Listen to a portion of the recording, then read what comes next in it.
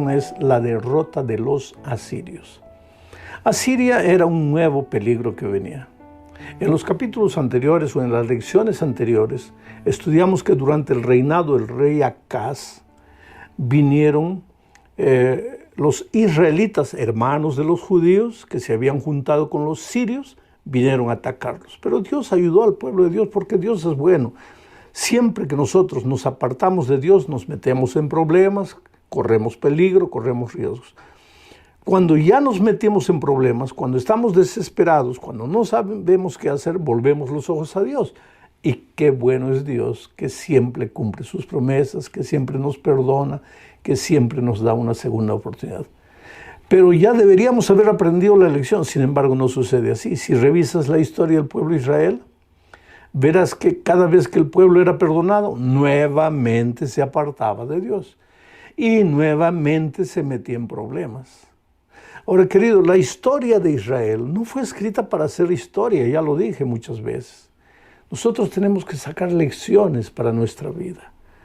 Es decir, los errores que cometió Israel, Judá en el tiempo pasado, que Dios nos ayude a no cometerlos hoy. Porque ¿para qué sucedió la historia? Justamente para enseñarnos lecciones. Pero ahora ya estamos en el capítulo 36 del libro de Isaías y estamos entrando aquí al periodo del rey Ezequías. El peligro anterior, cuando Israel se juntó con Siria y vino a atacar a Judá, eso sucedió en el tiempo del rey Acaz. Pero ahora estamos en el tiempo del rey Ezequías. Y Ezequías fue un hombre bueno, un rey bueno, un reformador. Derribó muchos altares a dioses paganos que los judíos paganizados habían construido allá en las montañas de aquel lugar. Ezequías fue un rey bueno, pero cometió un error. Porque ya desde el tiempo del rey Acaz, cuando venían los enemigos Israel y Siria, comenzó a flirtear con Asiria. Y Ezequías, cuando él entró al gobierno, cometió otro error. Sobornó al rey de Asiria porque se enteró que Asiria venía como un huracán del norte, derrotando todo lo que encontraba en su camino. Entonces sacó dinero del templo, sacó oro del templo y lo entregó a Senaquerib, el rey de Asiria que ahora venía, a fin de comprar el favor. Pero querido, con dinero tú puedes comprar cosas, objetos, pero no puedes comprar respeto. Con dinero no puedes comprar cariño, amor. Esas cosas no se compran con dinero. Pero pues ese fue el error de Ezequías. Él quiso sobornar a Senaquerib, el rey de Asiria, para que no los tocase. Sin embargo, Senaquerib venía con un huracán. Estaba en una ciudad llamada Laquis, el ejército asirio viniendo para atacar Jerusalén. Y desde Laquis, Senaquerib envió un mensajero al Rabsaces. Rabsaces no es el nombre de alguien. Rabsaces es el título de un emisario que vino a advertir, a hablar con Ezequías en nombre del rey Senaquerib. Rabsaces llegó justamente ahí a los muros de la ciudad de Jerusalén. Entonces, yo entro al estudio de nuestra lección. La primera parte, el autor de nuestra lección le colocó el título con ataduras. ¿A qué ataduras se refiere? A los compromisos, pues, financieros que el rey Ezequías había adquirido con Senaquerib para que no le hiciese daño. Yo le llamaría a esta parte el peligro. Voy a leer Isaías capítulo 36, versículo 1, que dice lo siguiente.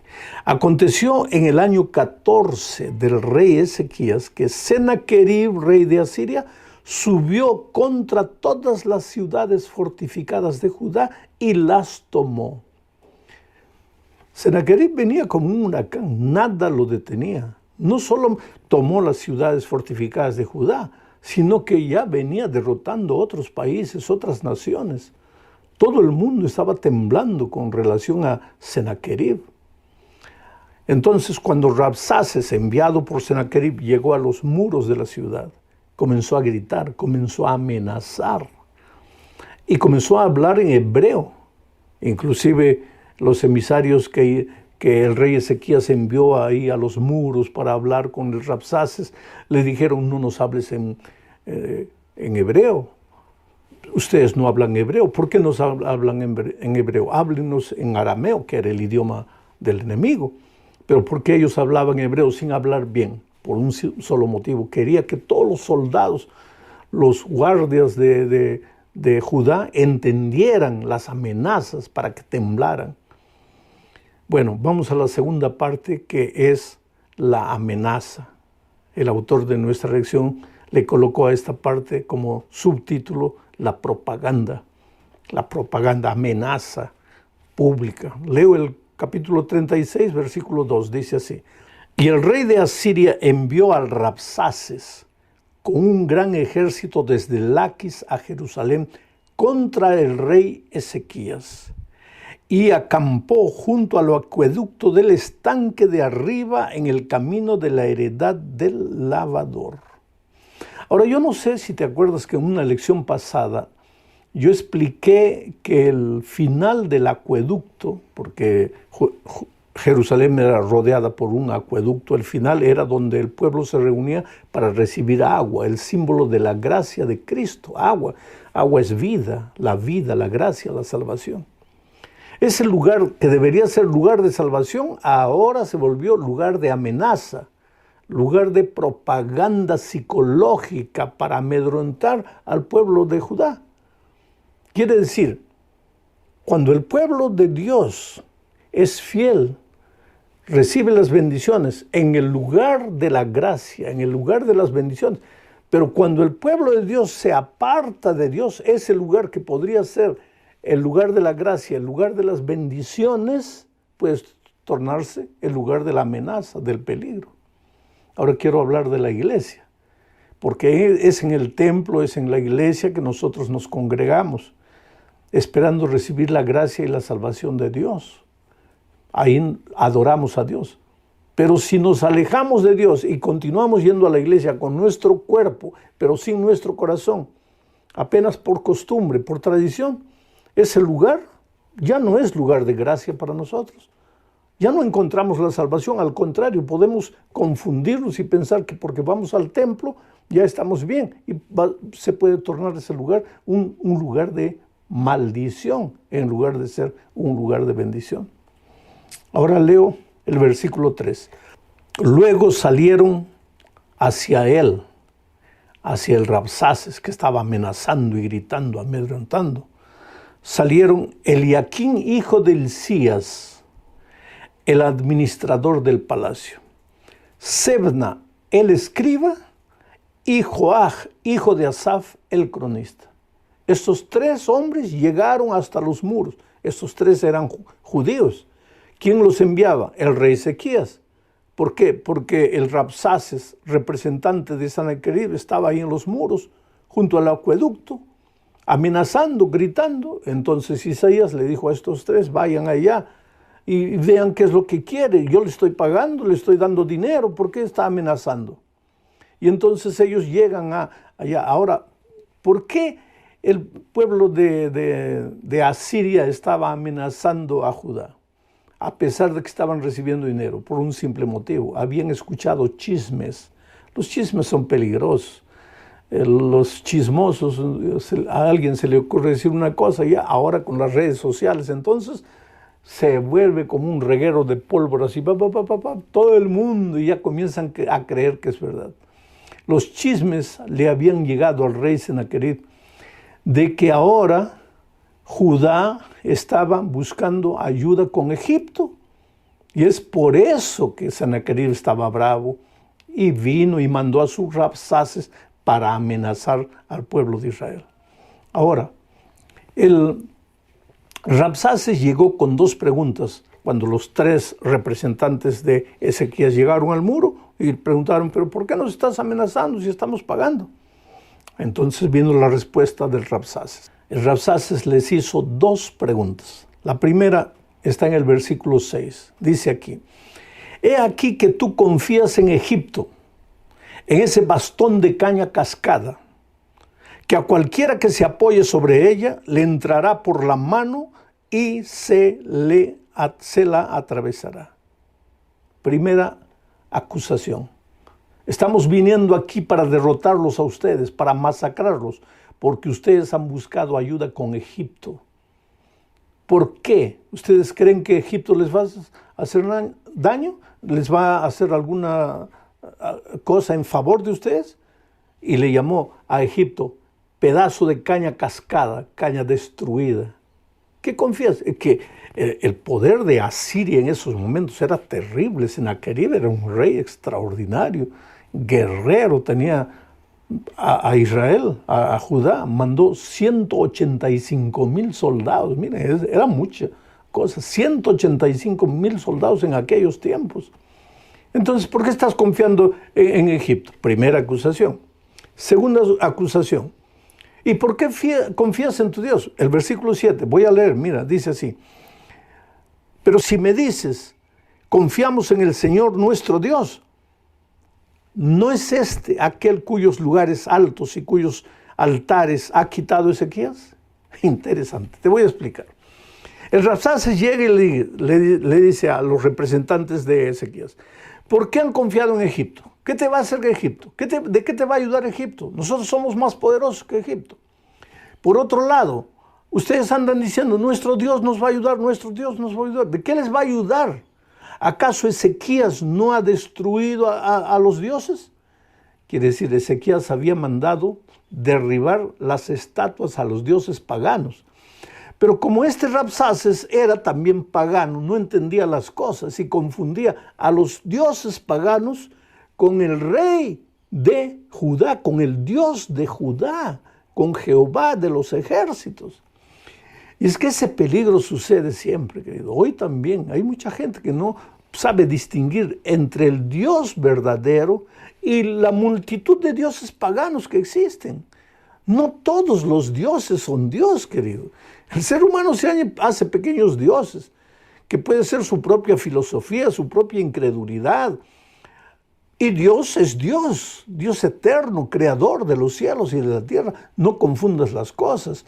Esa expresión de que todas las religiones conducen a Dios. Cuidado. Esta era la opinión del Rabsaces cuando dijo, pues todos tus dioses no te hacen nada. ¿Ve? Tus dioses, pequeños dioses. Pueblo idolátrico. ¿Qué va a hacer tu Dios? ¿Acaso Ezequías ya no los ha destruido? No, Ezequías no había destruido al Dios creador de los cielos y la tierra. Pero el Rabsaces llega, dice, hemos venido desde el norte destruyendo a todos los pueblos claman a su Dios, nosotros los hemos derrotado. ¿Y por qué ustedes nos enfrentan aquí? ¿Por qué ustedes buscan ayuda con Egipto? Ahora van a ver lo que les sucede a ustedes, amenazando al pueblo de Israel. Ahora, querido, entramos a la tercera parte de nuestra lección. El rey Ezequías quedó conmocionado, pero no desanimado. Yo hago una pregunta, ¿qué hacen los hijos de Dios cuando viene el peligro, cuando vienen las amenazas?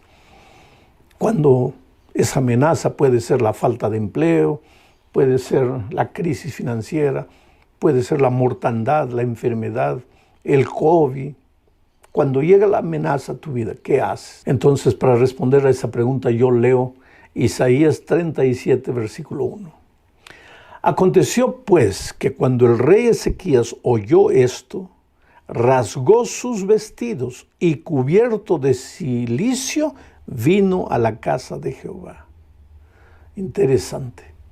Los 3 emisarios que Ezequías había mandado a los muros para escuchar las amenazas, ahora venían trayendo todo el informe. Y cuando Ezequías escuchó, porque no solo escuchó las amenazas, sino que los emisarios le traían una carta amenazadora del propio rey Sennacherib. ¿Qué hizo Ezequías? Entró al templo, rasgó sus vestidos. Esa expresión es, se puso triste, se puso de luto. Comenzó a llorar delante de Dios. Agarró la carta, la colocó así delante de Dios y le dijo, Señor, ¿qué hago? 185,000 soldados aquí. Sennacherib ha venido derrotando a todos. Y ahora mira esta carta. Llevó la carta de amenaza al templo, lo colocó delante de Dios y dijo, Señor, ¿qué hago delante de esto?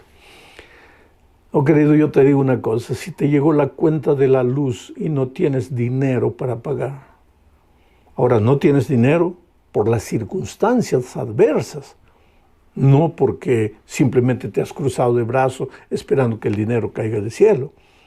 Pero si tú sabes que has luchado, te has esforzado, has buscado y no tienes, ¿por qué no agarras? Agarras la cuenta bancaria, el bill, delante de Dios. Señor, mira qué hago. Está viniendo la amenaza. Cuando sale el examen médico, el diagnóstico, Señor, aquí está, ¿qué hago? Desde el punto de vista humano estoy perdido, estoy derrotado, no sé qué hacer. Eso es lo que Ezequías hizo. Señor, ¿qué hago? ¿Qué hago? ¿A dónde van los hijos de Dios cuando vienen los problemas? A veces humanamente tú miras para un lado, mira, no hay salida, querido, no hay salida. Durante esta pandemia yo tuve un hermano en estado de muerte ya 3 semanas, inconsciente, ya alimentado por una, ya mal, 3 semanas. Y toda mi familia clamaba a Dios y decía, ¿qué hacemos? Desde el punto de vista humano, inclusive el hijo médico de él decía, mi padre está en una situación completamente difícil. Humanamente, yo pensaba en mi corazón, no hay salida. ¿Qué hacemos, oh Dios? Oh querido, tal vez en este momento estás viviendo un momento difícil en tu vida, ¿sabes? Mientras pasemos por este mundo, tantas veces quieres salvar tu matrimonio, pero llega un momento en que dices, Señor, ¿qué hago? Quieres sacar a un hijo tuyo que se está destruyendo, se está matando. Y tú simplemente dices, Señor, ¿qué hago? Quieres cumplir un compromiso, pero no puedes, estás limitado. ¿Qué hago? Pues ve al templo. Coloca el peligro, la amenaza delante de los ojos de Dios. ¿Y qué hizo Dios? Ahí viene la 4ª parte de nuestro estudio. Vino la respuesta divina. Mira, voy a leer los versículos 23 y 29 del capítulo 37 de Isaías. Esta es la respuesta divina, pero la respuesta divina viene en 2 partes. Primero al enemigo, después al pueblo de Dios. La respuesta de Dios al enemigo por causa de sus amenazas es la siguiente. Versículos 23 y 29. Dice, ¿a quién vituperaste? Se está dirigiendo al enemigo. ¿A quién vituperaste y a quién blasfemaste? ¿Contra quién has alzado tu voz y levantado tus ojos en alto? Contra el Santo de Israel. Porque contra mí te airaste y tu arrogancia ha subido a mis oídos. Pondré pues mi garfio en tu nariz y mi freno en tus labios y te haré volver por el camino por donde viniste. Qué tremenda palabra de Dios al enemigo. ¿Contra quién estás queriendo enfrentarte? ¿Contra mí? Y tú puedes arrodillarte y decirle a tus enemigos, sea como se llame tu enemigo, enfermedad, desempleo, miseria, problemas, droga, vicios, ¿a quién quieres destruir? ¿A quién? ¿Contra quién quieres levantar tu mano?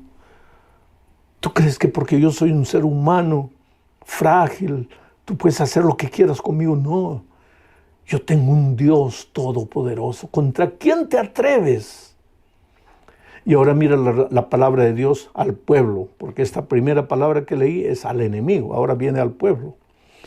Los versículos 33 al 36 del capítulo 37. Al pueblo de Dios, Dios le dice, por tanto así dice Jehová acerca del rey de Asiria.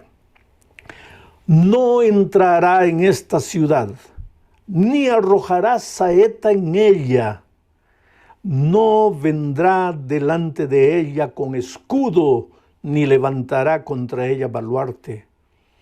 Por el camino por donde vino, volverá y no entrará en esta ciudad, dice Jehová. Y mira lo que dice a seguir. Y salió el ángel de Jehová y mató a 185,000 en el campamento de los asirios. Y cuando se levantaron por la mañana, he aquí que todo era cuerpo de muertos. Ese es el Dios todopoderoso que tenemos, querido. Ahora, yo no sé si te das cuenta que Dios le dice, ellos, tus enemigos, le dice al pueblo de Dios, no levantarán una saeta contra ti. Una saeta. Y efectivamente se cumplió al pie de la letra porque el enemigo no levantó una saeta. Porque esa noche el ángel de Dios, el ángel de la muerte, acabó con todos. Y el pueblo de Israel entendió una vez más que su Dios era Dios todopoderoso y que no conocía derrota. Ahora entramos a la última parte del estudio y esta es una parte triste, querido. Porque el enemigo, Asiria, fue derrotado. Aprovechando la flaqueza de Asiria, una ciudad llamada Babilonia, que era del territorio de Asiria, dominada por Asiria, se comenzó a levantar. Una ciudad, una provincia. Esa provincia se comenzó a levantar, conquistó una ciudad aquí, conquistó la otra allá y se fue levantando y dominó al poder asirio, lo sacó del escenario y se volvió el gran imperio babilónico representado en la estatua de Daniel como la cabeza de oro. Y después al comando de Nabucodonosor vino y destruyó Jerusalén. Pero antes de todo eso, el rey babilonio mandó emisarios cuando escuchó. Te voy a explicar la situación. Durante el sitio, durante la amenaza, el peligro que traía Sennacherib, que envió a sus rapsaces para amenazar al pueblo de Dios, Ezequías el rey estaba enfermo, ya estaba enfermo. Y con la presión, con el estrés, con las amenazas, se quedó mucho más enfermo todavía. Y los médicos ya no encontraron remedio para él. Y aunque pasó el peligro, aunque los 185,000 soldados en Sennacherib murieron, él también estaba a la orilla de la muerte después de la victoria. Y entonces Isaías le dijo, Sennacherib, Dios me ha dicho que arregles tu vida, arregles tus cosas, porque vas a morir. Tú conoces la historia. El tiempo se nos está acabando, yo no voy a contar toda la historia. Pero el rey Ezequías lloró, clamó a Dios, oh Señor, por favor, ayúdame, no quiero morir, no quiero morir. Yo creo que Ezequías era como nosotros, a veces nos llega la hora de la muerte y no, Señor, no quiero morir, no quiero morir. Yo no quiero decir que los cristianos debemos buscar la muerte, debemos ser prudentes, sensatos, debemos buscar la vida, Dios es Dios de vida, pero vamos a decir, un hombre con mi edad, ya viví todo lo que tenía que vivir, ya trabajé para Dios, ya hice alguna cosa en mi vida, ya dejé un mensaje escrito, un mensaje grabado. Si Dios me dice a través del médico, tienes 15 días de vida, ¿por qué no agradecer a Dios por todo lo que me dio y descansar? Pero el ser humano es apegado a la vida. No quiero morir, no quiero morir. Y Dios le dio la oportunidad de vivir 15 años más. Durante esos 15 años, y como prueba de que iba a vivir, de que Dios iba a cumplir su promesa con él, Dios hizo retroceder el sol 10 grados. Esa fue la mayor prueba para Ezequías de que Dios iba a cumplir su promesa y que él iba a vivir. Y él vivió, resucitó, salió de ese peligro. Pero entonces los babilonios, que ya eran un poder que se estaba levantando, mandaron mensajeros. ¿Para qué? Para escuchar las grandes cosas que Dios había hecho en Judá con el rey Ezequías. Y el rey Ezequías, en lugar de hablarles del poder maravilloso de Dios, les mostró las riquezas del templo. Y cuando los emisarios volvieron a Babilonia, dijeron, mira, Judá tiene mucho dinero y se nos puede armar con todo ese dinero. Entonces, si queremos derrotarlos un día, tenemos que invadirlos ahora y quitarles todo el dinero. Y efectivamente fue así. Los babilonios después vinieron al mando de Nabucodonosor, derrotaron, destruyeron la ciudad, se llevaron todo el oro, todo el dinero. Quiere decir, durante la amenaza de Sennacherib, Dios